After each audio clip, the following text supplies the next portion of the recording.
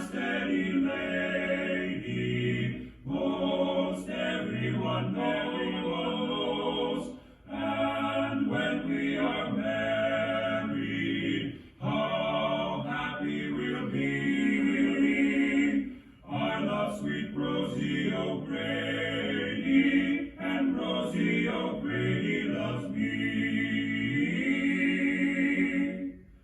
And Rosie O'Grady loves me.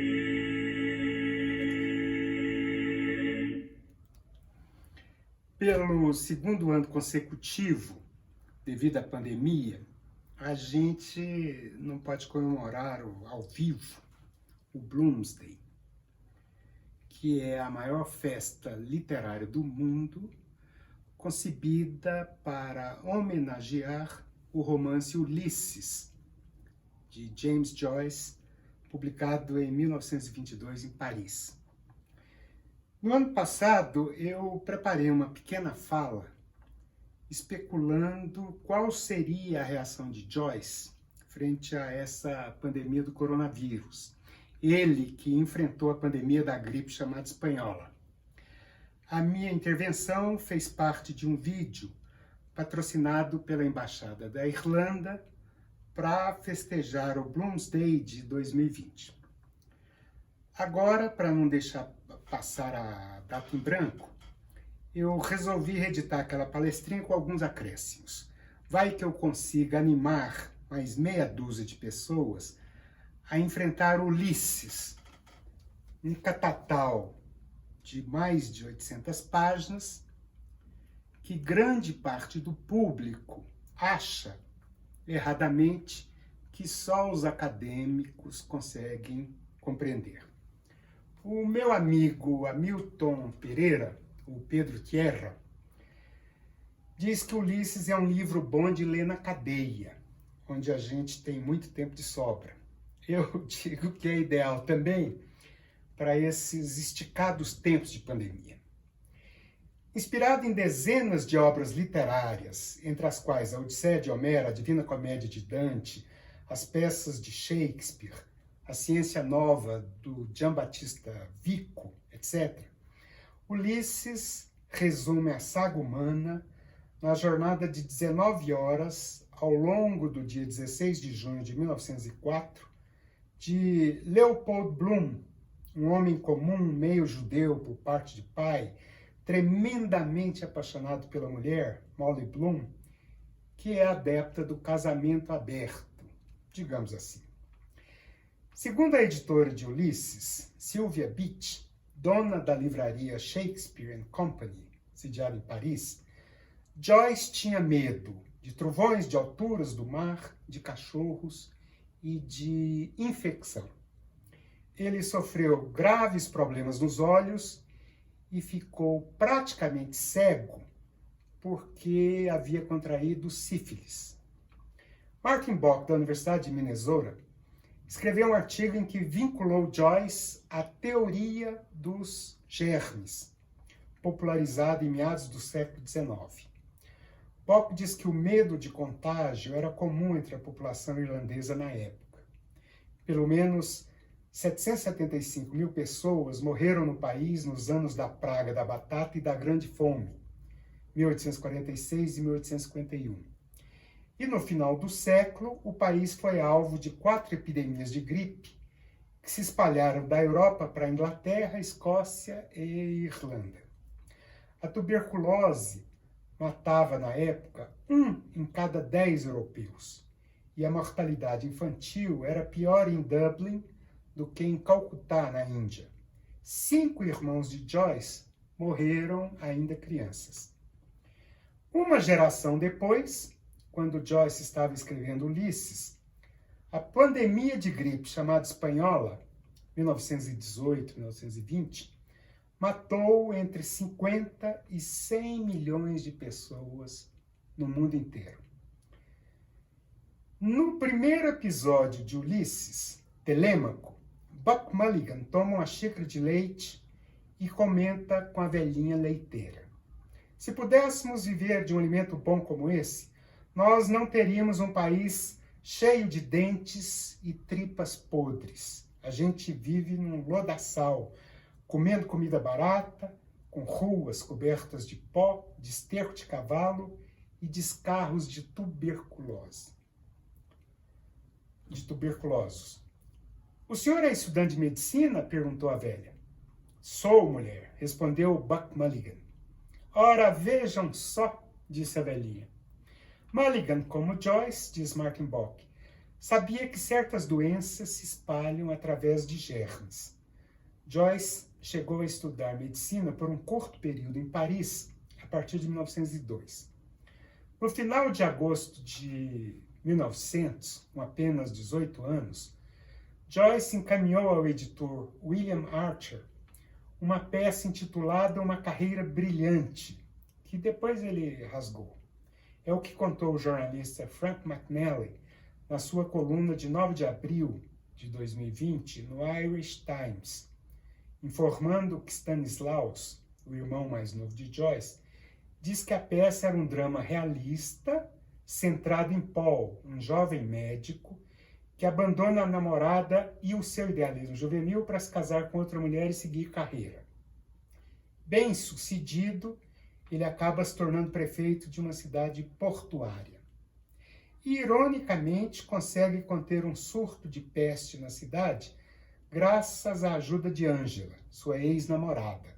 Daí Paul percebe que a sua brilhante carreira era apenas poeira e cinzas. O envio da peça para o editor coincidiu com a confirmação de um surto de peste bubônica em Glasgow, Escócia, com 16 mortos. O surto era parte de uma pandemia. Em consequência dela, 100 pessoas morreram em São Francisco, nos Estados Unidos. O pânico tomou conta de Dublin, que decretou uma guerra contra os ratos. Em Dublinenses, Joyce retrata a capital da Irlanda como uma cidade semi-deserta. Por essa razão, a crítica Adeline Glashin diz que o livro é o diário do ano da peste de Joyce. Um diário do ano da peste é o título de um livro do escritor inglês Daniel Defoe, publicado em 1722. O livro retrata a Grande Peste de Londres, que devastou a capital da Inglaterra entre 1665 e 1666.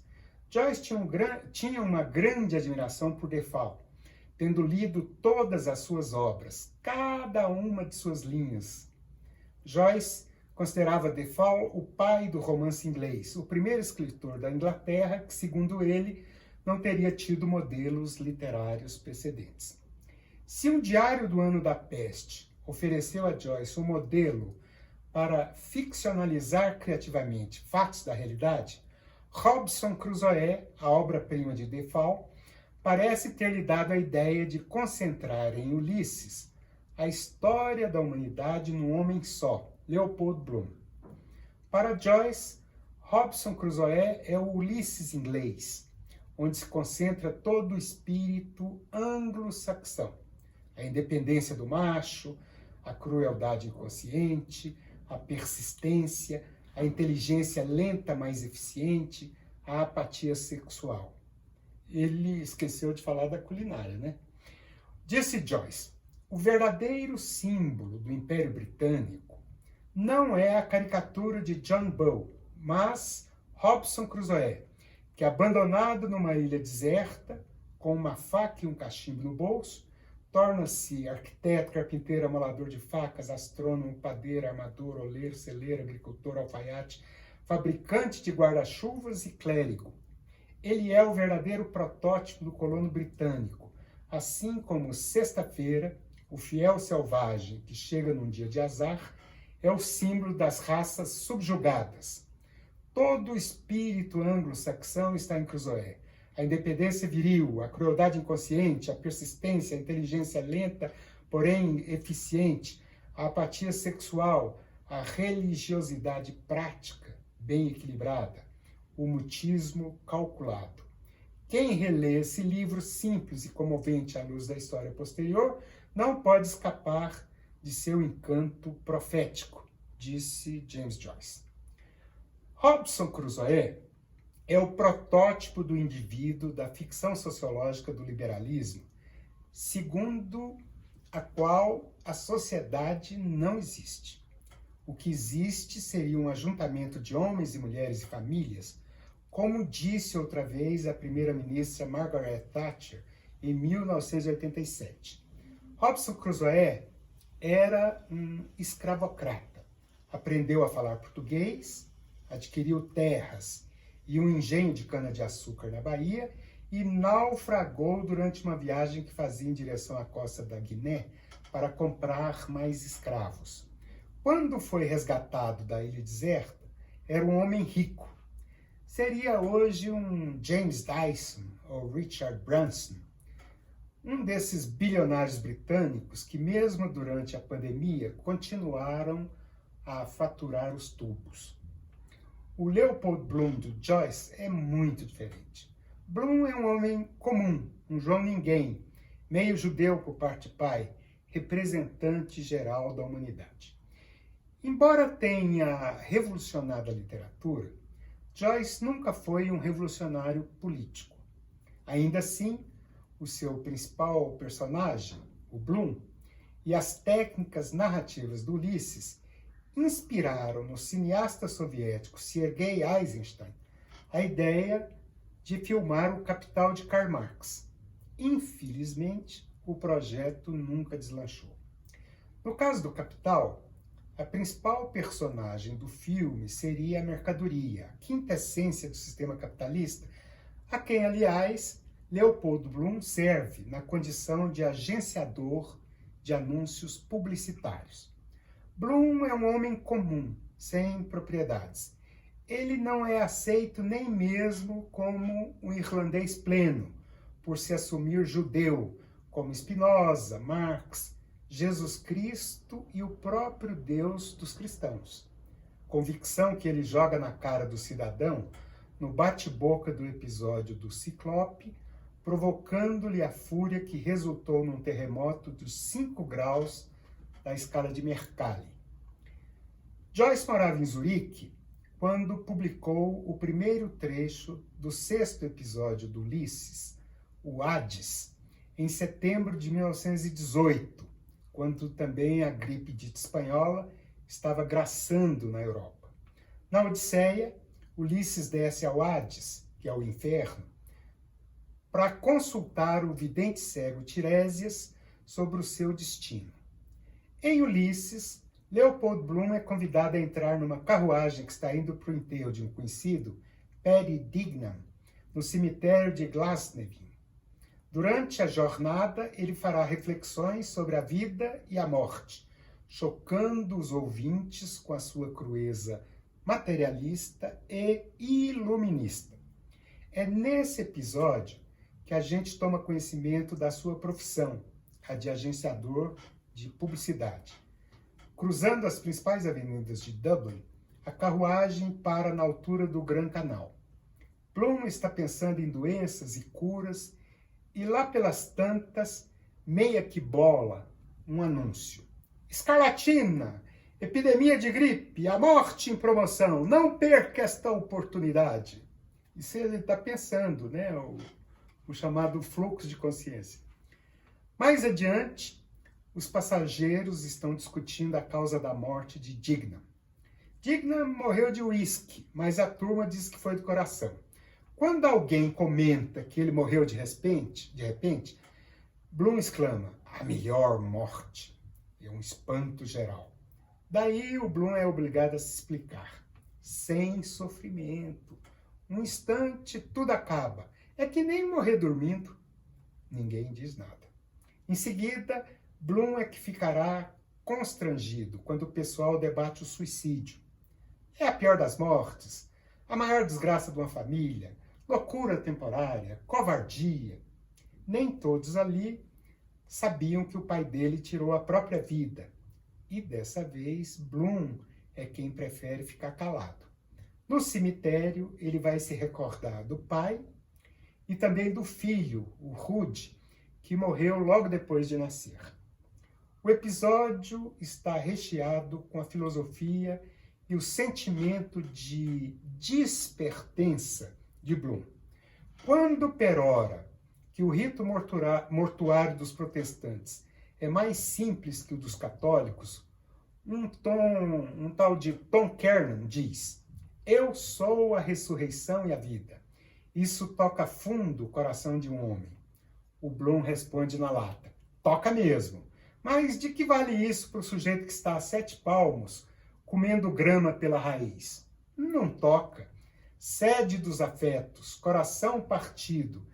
Enfim, é uma bomba que bombeia milhares de litros de sangue todo dia. Um belo dia entope e pum, eis aí você." Bloom pensa nos casais que trepam entre as lápides do cemitério e acaba invertendo um dito bíblico: "No meio da morte, estamos na vida." Ele cogita um cemitério em que os corpos fossem enterrados de pé, para melhor aproveitamento de espaço e de tal modo que também fossem aproveitados como adubo de belas plantações e jardins. Ele acha que a alegria precisa prevalecer sobre a tristeza da morte e pensa nos coveiros do Hamlet. E logo cogita na possibilidade de todos nós, de repente, virarmos outras pessoas. Refletindo sobre a precária situação da classe trabalhadora inglesa, o Bloom diz: "A casa de um irlandês é o seu caixão." Mais adiante, fica agoniado com a possibilidade de o morto estar ainda vivo. Imagina então uma lei determinando a instalação de um sistema de alarme ou de um telefone dentro do caixão para a pessoa enterrada avisar que está viva. Também sugere a instalação de um gramofone na cova ou em casa dos parentes com a gravação da voz do morto. Uma lembrança junto com a fotografia. Bem, é claro que essa última sugestão é muito trivial hoje, né? Você imagina assim, o cara falando: "Alô, alô, estou super contente de vê-los de novo. Alô, alô, estou super..." A sua mente, do Bloom, fica variando sobre a melhor forma de sepultamento. Cremação é melhor, diz ele, lembrando que os padres detestam essa modalidade por causa da ressurreição da carne, é óbvio. Daí pensa nos tempos da peste, quando os cadáveres eram empilhados e queimados com cal viva. Ele pensa também nos jiraus nas torres do Irã, onde os corpos eram comidos pelos urubus. Por fim, acha que o mais doce é se afogar no mar, como pensavam os antigos latinos e o nosso Dorival Caymmi. No final, Leopold Bloom sai do cemitério, lépido e faceiro, de bem com a vida. Diferentemente de Ulisses na Odisseia, ele não volta do inferno sabendo o que o espera no resto de sua jornada até Ítaca. Bloom só sabe que está vivo, que ama a sua mulher e que estes são os seus únicos valores. Nisso ele se parece com o Falstaff do Shakespeare, que dispensa as honrarias e salamaleques do poder para renovar o seu pacto com a vida. Bloom ama Molly perdidamente, ainda que o amor dela talvez seja contagioso, talvez seja compartilhado com outros homens. O que importa é que Molly lhe respondeu sim, e o coração dele disparou loucamente, e sim, ela disse sim, e quis sim, com letra maiúscula e tudo. Viva o Bloomsday!